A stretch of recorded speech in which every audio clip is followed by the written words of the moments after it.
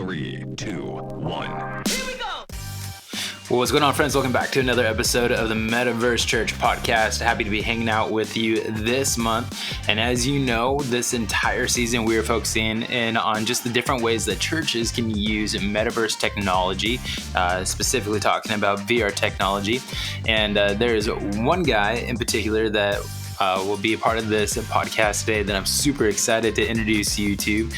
When I first got started in doing VR ministry, there was just a simple way that I thought about doing it. And it was simply whatever we do in IRL, let's just mimic that and let's do it in virtual reality. And then as time went on, all of a sudden I came across a guy who was doing metaverse ministry completely different than I had ever imagined doing it, and started blowing my mind with the things that he was doing, specifically around the topic of world building. So you've heard before in previous episodes between Goose and myself, with us at Lakeland, we hired Goose Hour to build us a world to make the church building look like ours with some creative liberties given to it and whatnot. But the guy that we're interviewing in this episode today, he literally takes books of the Bible and he builds them out section by section. And when he leads people through scripture, he's leading people through scripture. The first world that I ever popped into that he built was the book of Job, and I love the book of Job. And when I saw that he was leading his church through that, I was like, man, I gotta hop in, I gotta see this.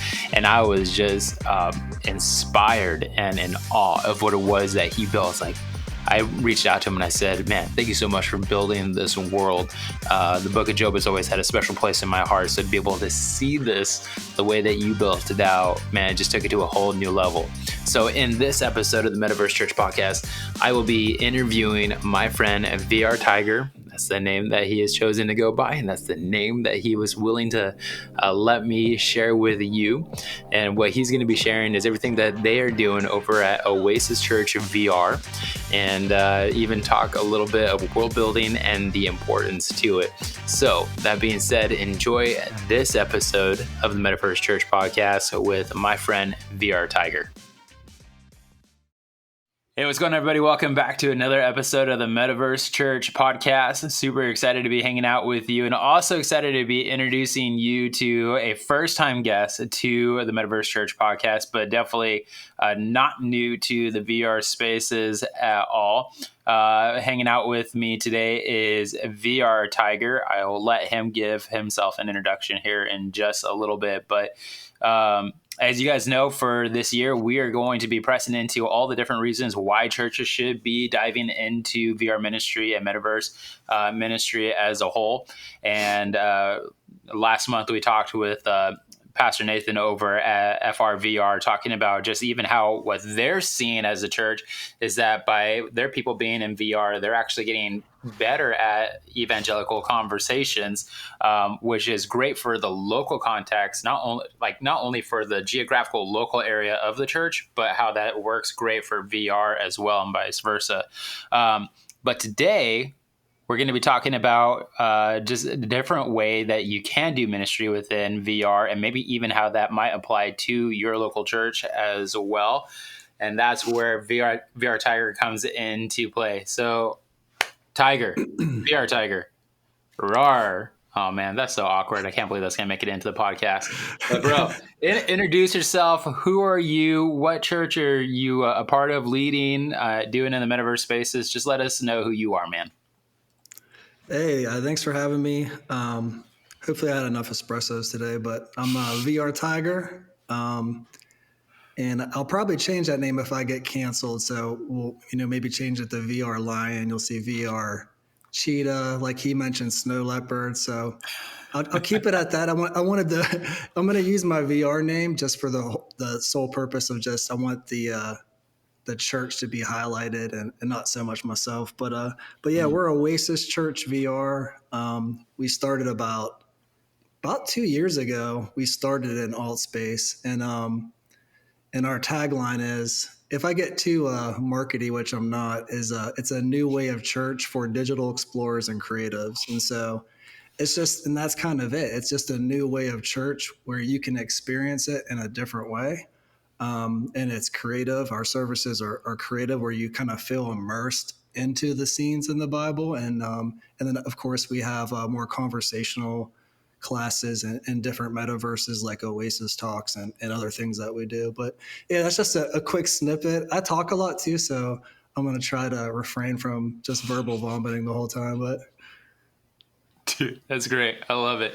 Yeah, so I got introduced to you guys back during the Old Space days, and I fell in love with what you guys were doing immediately. You know, like for us at Lakeland, we had a world built for us. So, and really the heartbeat behind it, which has been talked about on this podcast before, was we wanted a place where if anybody from the metaverse were to ever come to Lake Geneva in person, they would have felt comfortable walking onto our church site because they felt like they had been there before. So we had Goose build us a world where we basically put the footprint of our physical church building into the metaverse space.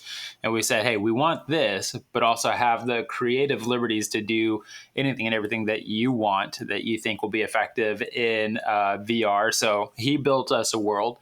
And then all of a sudden I start getting all these people that are coming around telling me about, hey, have you checked out Oasis VR? Have you checked out Oasis VR? And finally I got the opportunity one time to hop in to your guys' worlds that you were building and leaving open.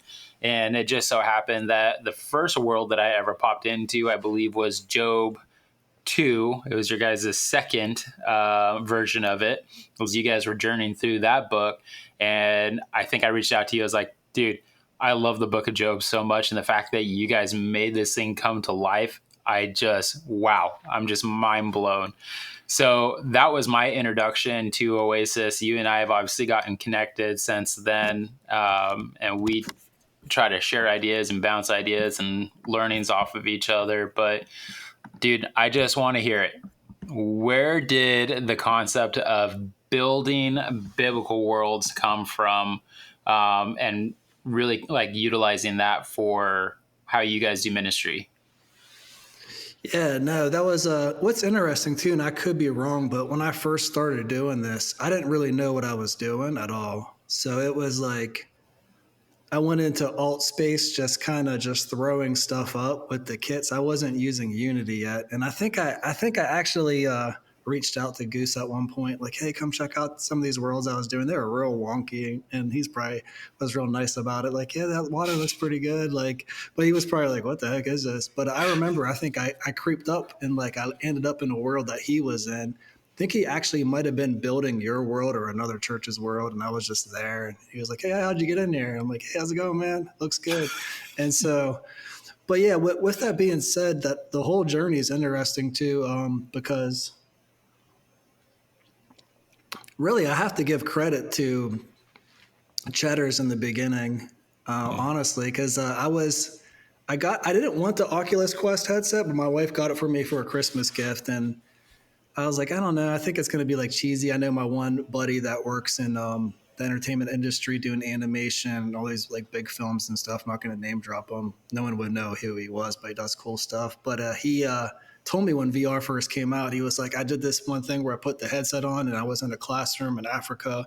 And I'm looking around and I'm seeing the students, and it's like, I'm like, wow, it's amazing. And he kept telling me about it, but I was just like, it felt real early. And so, but so I was I put on the headset, and then as soon as I put it on, I was like, wow, I was amazed right off the bat, just everything about it. And so with that being said, I started thinking about churches, and for whatever reason, I'll have to tell my whole story, but I've been involved in lots of mega churches and different churches and consulting and creative stuff. And I've seen a lot of falls of pastors, and not in good ways, and I won't talk about it. And it's not, it just can happen. I've seen like stuff happen and da da da da. And so I was just like, man, I was just like, I want to try to create a new way of church. Not that I'm replacing what's currently there, because I know there's pitfalls and stuff can happen. So I'm not labeling that every church is like that, but especially even like during COVID, and I hate referencing that time because I always do it now. Like, it's like, yeah, during COVID, we always had a fire and we were roasting marshmallows up. It's just like just a weird thing to reference. But Yeah. I remember, just a lot of, pastors were getting exposed and people getting canceled and all this stuff. And it felt like people were starting to get real sketchy of the church in general. And so I was like, man, this might be a safe place where people can come in. And I like what you mentioned. I think it was on the last episode that you said that some people in Lakeland, they kind of just showed up on the headset first because they're like, I don't feel comfortable just walking in the doors of the church. And so, but with that being said, I'm going down a rabbit hole, and feel free to like cut me off at any time. But so I went to was it Lifeway Church or Life, the one with Craig Rochelle? Yeah, Life Life Key. Church. Yeah, so I'm butchering it already, but I went in, and for me personally, I think there's a bunch of different expressions, so I'm totally cool with that. I'm cool with the old church with like the old lady that's prophetic, and there's like 4 people in it, like historic. I'm cool with the mega churches. I'm cool because there's something out there for everyone. But when I went there, it just felt like, for me personally, I'm like, it just felt like I could watch I'm watching the video, I'm in the church. And so I'm like, for me, I'm like, I'm a creative. And so I was just like, this is not what I would typically want the vibe to be. And so I remember seeing the video that Cheddar's was on, and he looked like a little leprechaun or something. And he was talking about starting a church in the metaverse. And so I went to VR Church. And I actually went in there and I was like, oh no, the dude's gonna stay here the whole time and I'm gonna get stuck in like a church building in virtual reality. Nothing against that. This is just me personally, just being transparent. I think everything's cool. Everyone has different expressions, but this is just my view at the time. And then all of a sudden he's like, no, let's go. And then he just started rolling through the mountains and there were scriptures everywhere. And I was just blown away. And I think right at that moment, or even later, I just came up, I think it was DJ Soto, and I was like, hey man, I live in the same town as you at that time. And I was like, I'm looking to start a church and this and that. And he may have brushed me off. He might've been cool. He probably gets trolled a lot. So I was just like, he's probably like, who is this dude? But yeah, just right at that moment, it kind of clicked, and that's what I wanted to try to do. And so with that being said, making this real long, but really I just was in alt space. And it felt like Genesis, but I'm not trying to be God, but it felt cool. I was like in there, blink, just started putting out terrain. I'm not using Unity, grabbing a mountain, scaling it real big. Kind of felt like what God would be, his perspective of being creative when he created a world. And I just started doing it, and I drew a map, and I was like, this is going to be the prayer area. This is going to be this and that. And I just started building it. And then, that was kind of it. And then I was just like, the place was a little bit of a wreck. And I asked Cheddar's to come check it out. And right around the time that he came, another dude came that was involved in like 3D animation with games and stuff. And he started kind of helping me and hanging out. And they fixed a few things. And then, long story short, there was a friend of mine from high school way back in the day, and he enables. And I asked him, I said, hey man, he didn't have a headset. I was like, I'm starting a church. It's a nonprofit. It's a registered nonprofit. It's a real church. And we're going to start doing services in there. Do you want to come check it out? And he came in 2D at first, and right off the bat, of course, anywhere he goes, like all his God stuff starts happening. He starts telling his testimony. A bunch of people, I was kind of like putting him on megaphone so the whole world heard it. He didn't know because he's like new to VR, and that's kind of where it started, and it kind of snowballed. But really, the creative components for me is, I feel like church can be anywhere, and so I wanted to create something that felt immersive and creative. And so even when we were doing worlds back then, it got a little crazy because I was doing so many scenes, but I had the help of He Enables. Sometimes there would be some volunteers. We had Doug from Horizon Worlds. I'm sure you're familiar with his worlds. And we were just, it got a little crazy. It started turning to like Disneyland.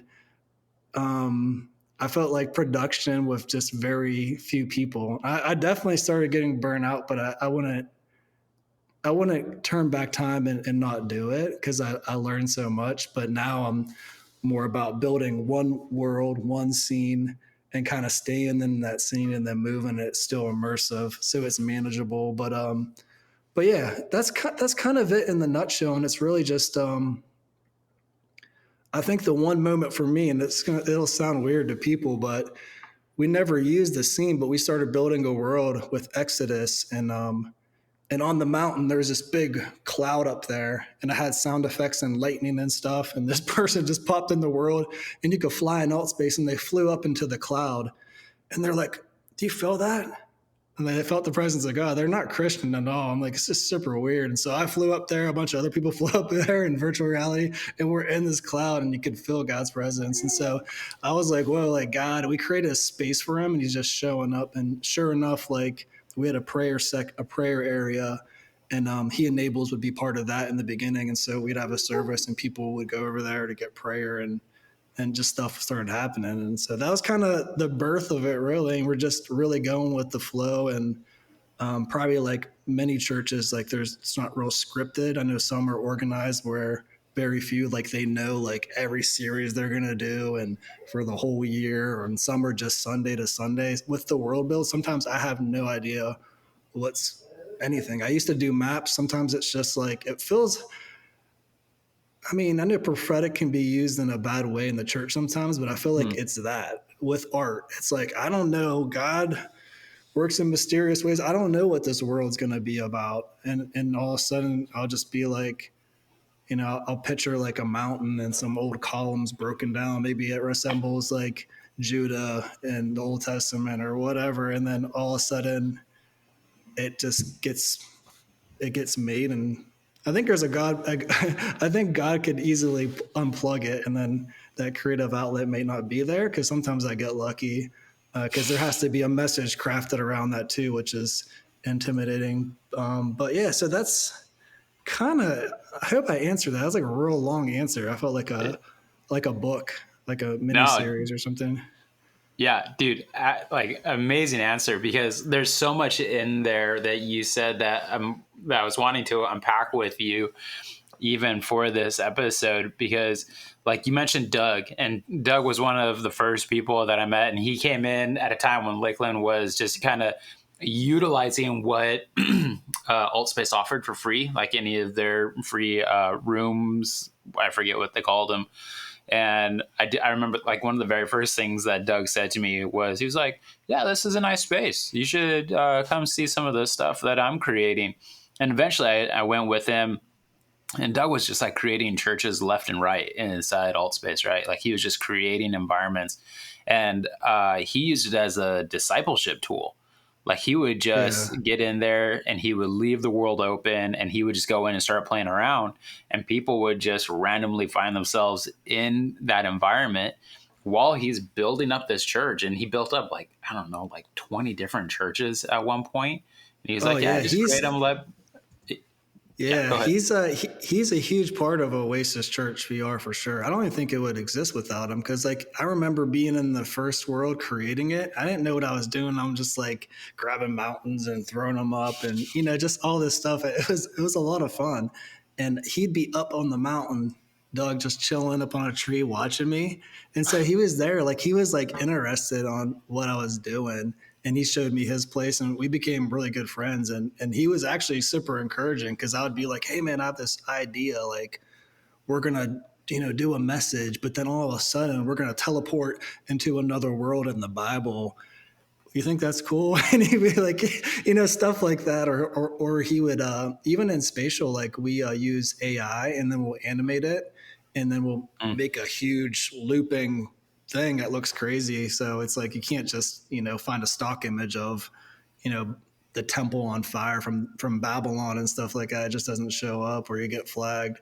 But and so he always has ideas like, why don't you just scale that thing up the size of a skyscraper, or do this and that. And so Doug, I mean, all the worlds that we did, he's been a huge part of it, and he enables. And it's I don't know if it was a good experience for them, because for a while I'm like the crazy artist type. I'm like, where are we at? What are we doing? We'll come back later. And I got some like crazy map in there, and I'm like, over here is where, Judah is. And this is when, Elijah, this happens to him, like all these crazy scenes. And it's like, and, you're trying to do them. I work full time during the day. So this is like at night. And so I've managed to do it in a way now where I think it's manageable.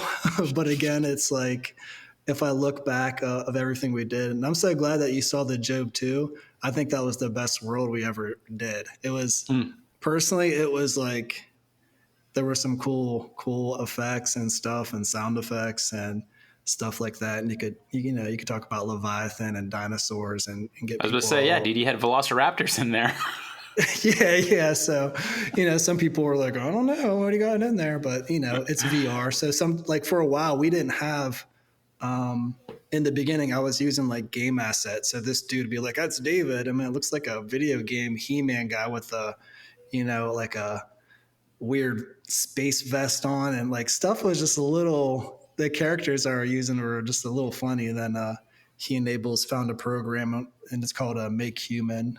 And I'm not afraid to give away my secrets. I don't really care, but we just started creating people in there. So I'd be like, hey, this is Josiah. You turn a kid. They're like naked at first, so it's kind of weird. And you're like, there's no like assets for like Bible clothes. So you just throw the toga on them and stuff like that. And so, but yeah. And so it's been a funny, especially with the characters, and in the beginning they were questionable. Like, is that like, that's Solomon? Like he looks like a Viking, and so we had to get creative because there's no assets, there's no budget. And so it's like, I'd spend some money I had on assets, but for the most part, I'm just trying to really art direct and find resources to create something. And then once I started getting pretty good with Unity, I was able to like really kind of, tone it in, like the colors and the vibe and with sound effects and stuff. But yeah. Yeah, dude, and that's what I think is absolutely amazing. Like what you guys do, what Doug was doing, just using it as discipleship opportunities. Like Doug was just creating things, letting people come in, and they would ask him like, "What's this about?" And he's like, "Oh, I'm just creating a church." And next thing you know, he's like telling people about Jesus while showing them how to build stuff that Altspace was offering. And then, like you just said, like you get in there and you start playing around, and there's almost like this liking back to Genesis before the foundation of the world was laid. And if somebody came in when you were starting that, dude, like it's a beautiful way of being able to disciple somebody through just the concept of this is how a creator could have or can create something really out of nothing. Like, the difference is you have assets to your use. The guy was just like, I'm going to create my assets and just throw it out there in order to create it. But you can start telling the story that way.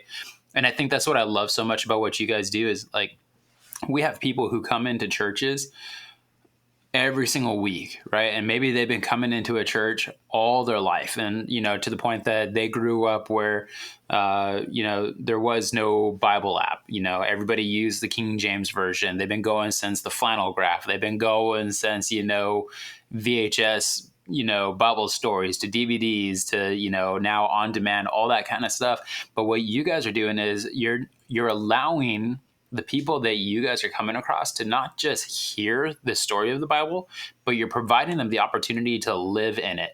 And to your point, like sometimes what you guys have to offer isn't going to be contextually accurate, a Viking for Solomon, but you're providing people an opportunity to live it out rather than just hear it. And I think that's amazing. Like, I've had the opportunity to speak at some conferences, and I try to capitalize on what you guys do. And I tell them, like, imagine it this way. Instead of leading your congregation to hear the story of Jonah, invite them to live the story of Jonah. Like you said, for Exodus, the mountaintop experience, like I can feel the presence of God. Here's the lightning, here's the thunder, all that kind of stuff that you're able to play with the sounds in order to do it.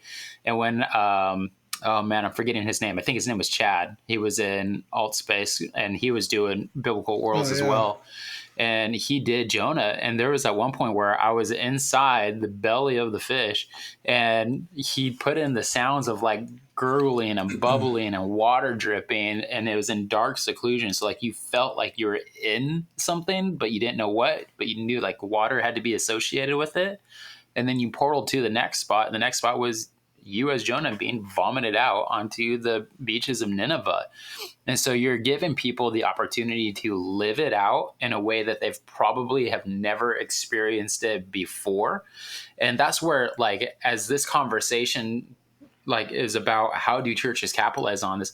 Like we at Lakeland, like we've never taken advantage of world building to that aspect. Like Chad allowed us to use one of his worlds for a teaching opportunity one time, but I've always thought like, man, even if a church doesn't have the intent of going in and bringing their church into a VR environment, or maybe they don't have the intent of like going out and reaching people, but even to bring VR to the church in the sense of like, hey, now we have this station of like 4 or 5 headsets. You just heard us talk about like my mind keeps going to Good Friday right now. I've been thinking about Good Friday for a couple months. It's just that idea of like, imagine being at the foot of the cross. Like you just got done hearing a message being taught by your pastor about Good Friday and everything that Jesus went through. And then he says, now here's the invitation. We have the station out there with 4 or 5 headsets. Go put it on and experience it for yourself. And so now you as the individual, you are in the audience of biblical times, people experiencing firsthand, and you're hearing the whips cracking along the backside of Jesus and somebody crying out. You hear people laughing in the background. You hear other people, like women crying on the other side of you, and then you portal to the next spot, and now you're at the foot of the cross, and you're hearing Jesus cry out, my God, why have you forsaken me? And then all of a sudden, everything just goes like pitch black. And then people are crying. You hear like this Roman soldier who's just like, surely this man was the Son of God. And you're just able to go on this journey. So while you have your pastor's message playing in the background of your mind of like the importance and the significance of each of these events that were going on, now you're experiencing it. And I'm just like, dude, what that does for a theological understanding, and even not even theological, let's go simpler, a historical understanding of what the Bible is all about historically, to bring that to life in a way, dude, that is impactful and that is transformational for people who take that journey. So like that's why like when we have that conversation with Nathan, we're like, dude, local church, understand your people, if you dive into VR, you're going to have the opportunity to evangelize to people that 98% of them don't even know who Jesus is or want nothing to do with him. But the other aspect, and the reason why I love what you guys do, is for your people in your church, give them a new sense of what it means to be immersed in the Bible. Because God's word doesn't come back void, and it's alive and active. And now we, in our day and age, have a new way of taking advantage of that and making it come to life. I remember the days of traveling down the road with my mom, and my mom would have like the Bible on like CD, and they would do the waves crashing on the Sea of Galilee. They would do the thunder sounds and all that. But at the same time, I'm still experiencing Albuquerque, New Mexico outside the windows of the car. Yeah. But in this environment, I'm in Jerusalem. I'm in Nineveh. I'm in, the Sinai Desert. Like, it is just crazy. So yeah, go ahead. No, I was just say that's the funnest part for it for me, because it's just so immersive. And we've been in the Old Testament. We started from the beginning.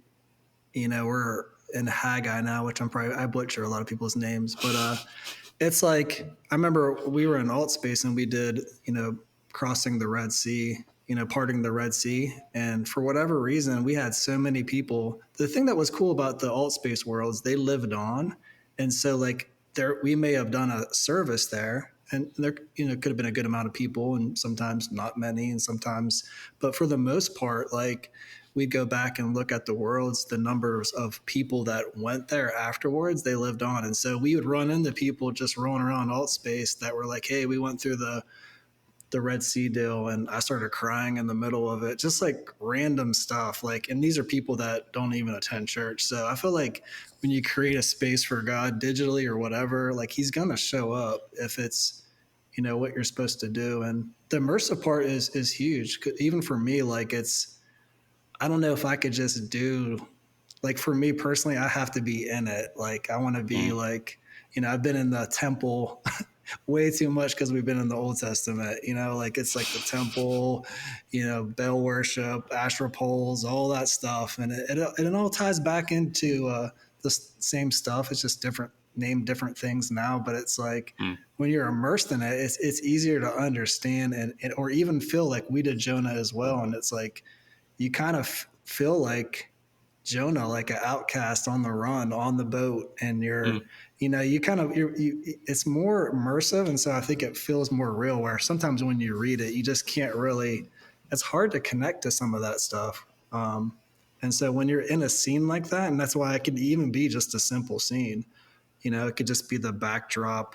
Even if it's just the image, it's still immersive in a way. You're not in a auditorium with a bunch of chairs and someone's talking about, worshiping different other gods and stuff like that. It's kind of hard to show that up on the screen as screen graphics. You know what I mean? So it's like when you're in there and you're like, this is what they did, or this is, you can really illustrate it in a different way. So.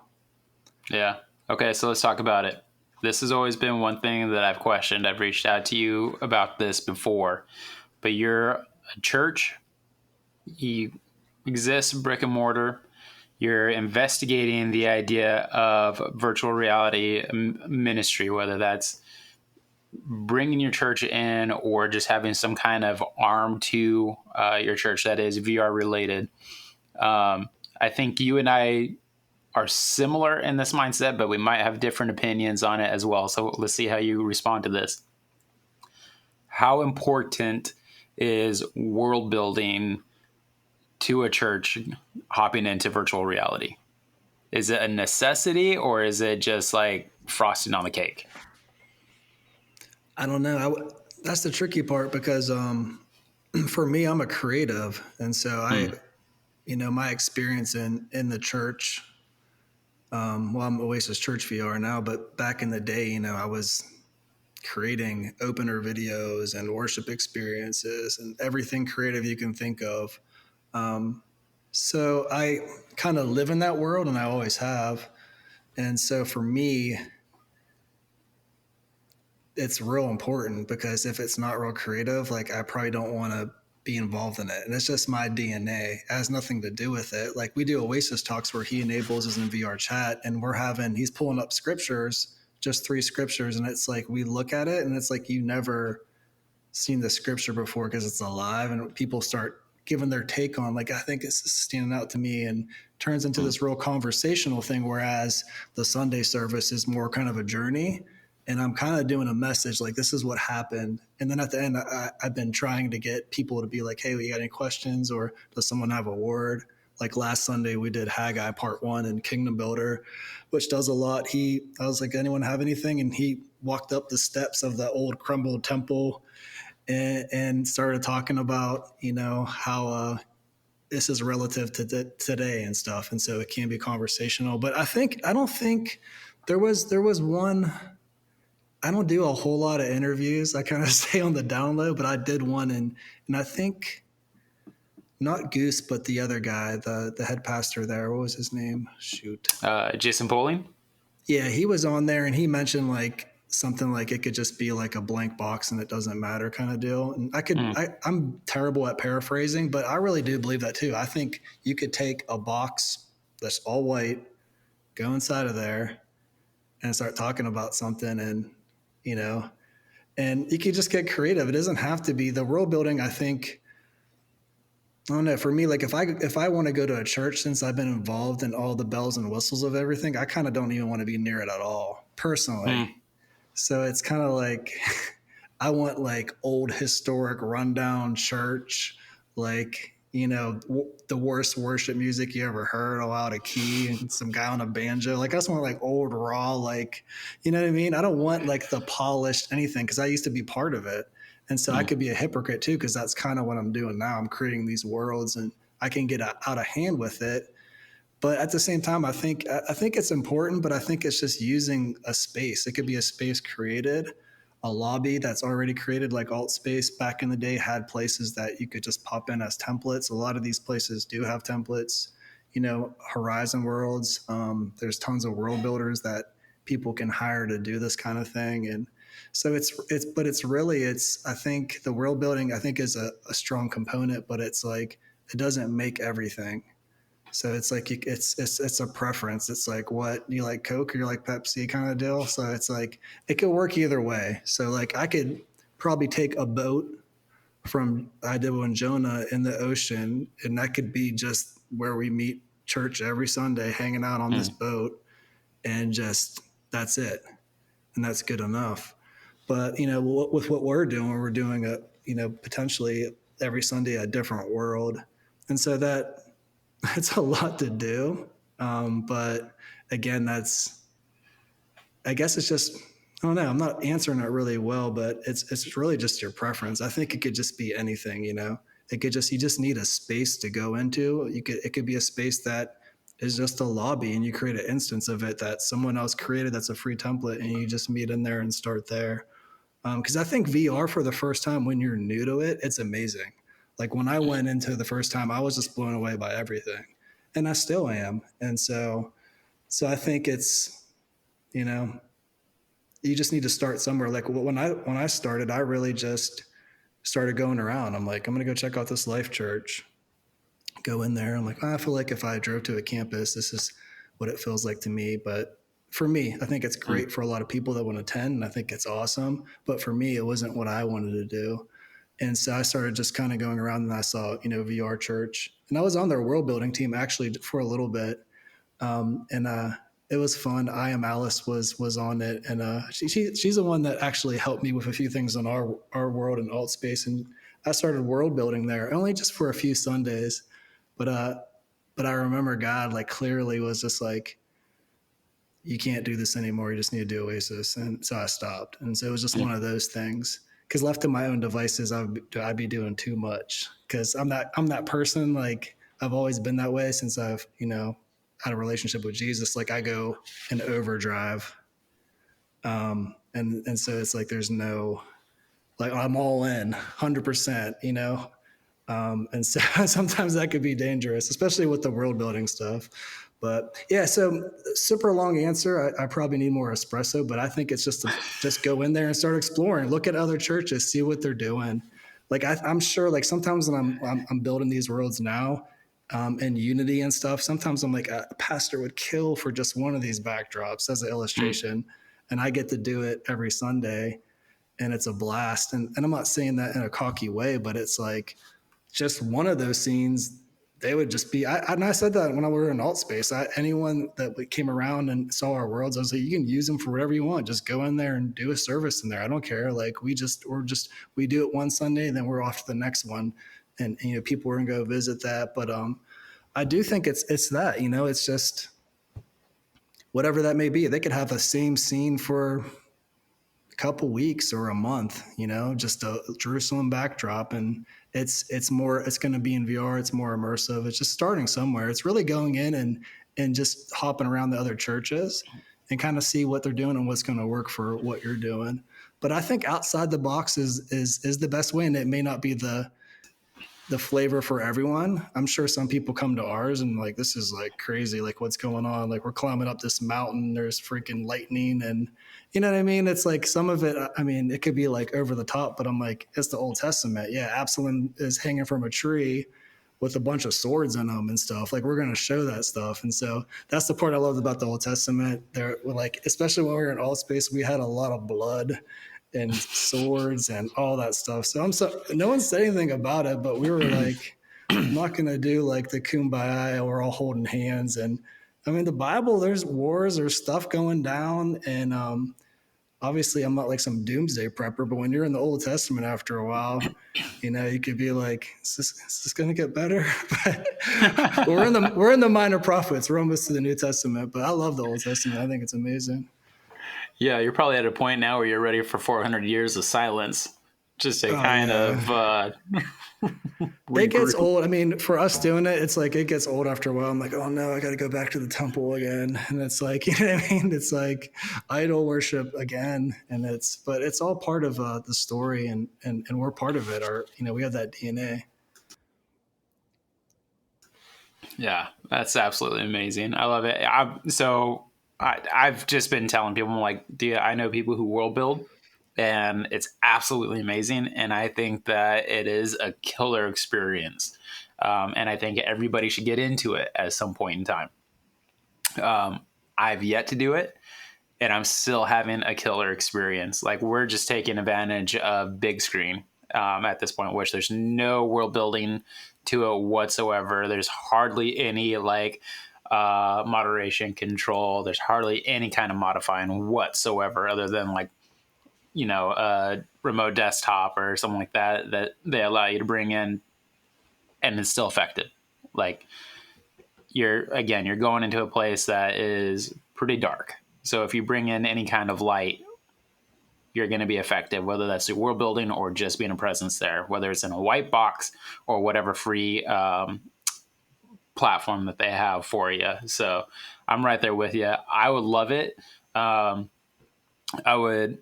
I need to learn Unity so I can build something. I would love to build like a church environment. Like, I know what you guys do is you have like Oasis Church, which is like this really cool landscape with like some Outside. stone benches Yeah. outside, all that kind of stuff. And then you portal to these worlds. And I'm just like, I would settle for just your guys' outside stone benches right now for like the Okay, teaching cool. space. But Yeah, I remember you reached out to me, mentioned the world building stuff, and I've actually had a lot of people reach out, and the only reason I've ever declined is with the world building stuff is I'm doing it just as an artistic expression. Like, I do design, I'm in the creative industry, and so it's like this is like my outlet, and I get to do it for God. But the thing is, and I'm not saying that I'm opposed to doing it, but the problem is, like, if you look at Oasis, I'm an outdoor kind of person. I hike, I fish. I'm just an outdoor kind of person. And so, as much as I'm involved in technology, or if you notice, if you come to Oasis, we're always outside. We're never in buildings. Like, even our venue, it's outside. It looks like purple mountains, and looks like maybe, I went to Lollapalooza too many times when I was a kid or something. But the thing is that it's that's the thing with there is world builders that are real good at building buildings, math, building all the walls, like, maybe someone like Goose. So there's some people in spatial that came from alt space that they just, I'm like, are you sure you're not an architect? I used to say that to Doug all the time. He's in Horizon Worlds now, and he's building all kinds of churches. And every time I'm with him, I'm like, you sure you're not an architect? Because I look at his stuff, and I'm being dead serious. I feel like I could scan his concrete bench that he laid out in this, and like it would be in the real world, it would be like architectural times quality. yep. And so, or digest or whatever. But the thing is that I'm more abstract. And so it's like if someone reached out to me and was like, hey, we'd love for you to build a building, I'd be like, ugh.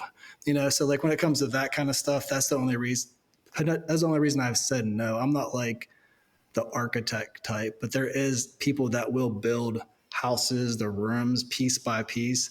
Cause we're going Sunday to Sunday. I have to be like, all right, landscape, how can I bring in some old relics? And I need, I'll do as much as I can, but it's like, you know, it's so if someone's going to create a space and they're going to hire a world builder, I think it's definitely a good investment. If you're trying to create like a church building or an outdoor venue that you're going to always use, but with what we're doing, it's Sunday to Sunday, so it's like it's very quick. It can't be like, you know, how it is Sunday to Sunday. So it's not Yep. like, hey man, we need to build the walls of Jerusalem and then the altar brazen and this thing from scratch. It's just, you don't have time. You have to be like, how can we find these resources, add some cool textures to them? It's basically just art direction. You're just curating what you can get and then using it for God and hopefully not getting sued along the way with copyrights. No, I'm just joking about that part, but That's good.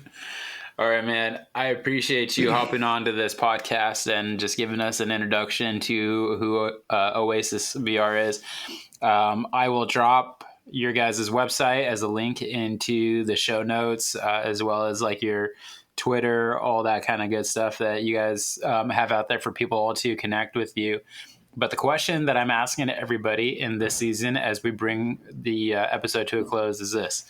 You've been doing Metaverse VR ministry for close to 2 years now. You do this crazy thing of building worlds from week to week, as well as sermon prep. You've got your Oasis talks. You guys are doing a lot. You guys are doing a lot of ministry in those spaces. So somebody who is a church leader or they're interested in doing VR ministry, what do they need to hear from you right now that just lets them know that VR technology is not dead and the church needs to be pressing into this moving forward? What word of wisdom do you have for them? I would just say look at what the trends are and what's coming out, and especially with AI, and just even I think it's February 2nd, I believe the Vision Pro releases, and so I think when Apple, one of the metaverses we're on, Spatial, the app, I believe you can get on Vision Pro to get to it. I don't know yet because they're calling it AR, but it kind of is VR too, so it's kind of confusing. But with that being said, you got to think about the iPhone, and you got to look at the mass adoption of everyone has one now. Doesn't matter what social status, everyone's walking around with the iPhone just staring at it like a zombie. But the thing is people are, it's like the internet. When the internet first came out, this might date me. My uncle had it in his basement. I was like a kid, and I remember, this sounds like, makes me seem real old, but whatever. And I remember going down there like, what is it? He's like, I'm on the internet. And it sounded like he was just like CIA agent in a closed room. And you know what I mean? Or me and my cousin are playing these like really games and Corel Draw before Photoshop and stuff like that. And so I think the church gets scared of technology, and especially in general. I've heard a lot of people, VR is the devil, but they said the same thing with the internet. And anything can be used for good and anything can be used for bad. And what are you going to use it for? And so I think for me, I've always wanted to, I've been on a lot of mission trips, been to a lot of different countries. I've always wanted to, do missions, but in VR, you truly can be in virtual reality, in your office, and be talking to people from all around the world, depending on what metaverse you're in. Something like big screen you're in, we've been in there, and we have He Enables, which leads it with me, had a prayer room in there, and all kinds of miracles were happening every night, talking like more salvations than probably any church that I know, honestly. It was just ridiculous. And not saying that in a boastful way, but it's just late at night and all humanity is coming in there and people are just getting saved by the drones. And anytime I was there, stuff would happen.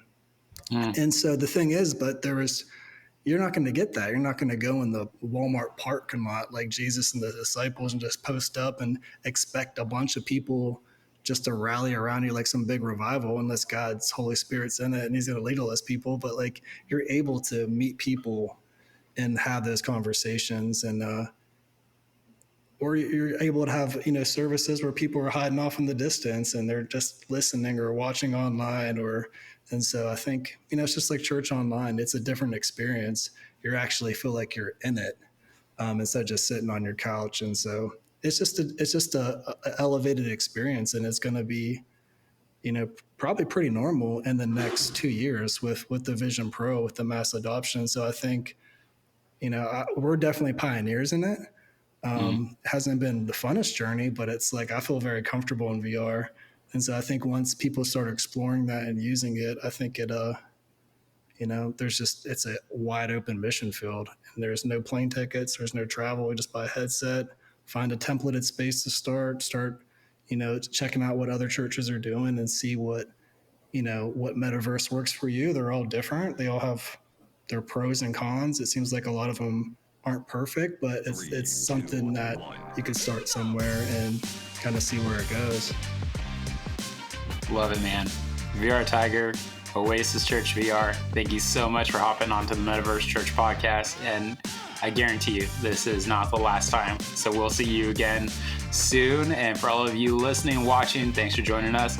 Be sure to share, subscribe, rate, and review, and we'll see you next time for another episode of the Metaverse Church podcast. Until then, be blessed.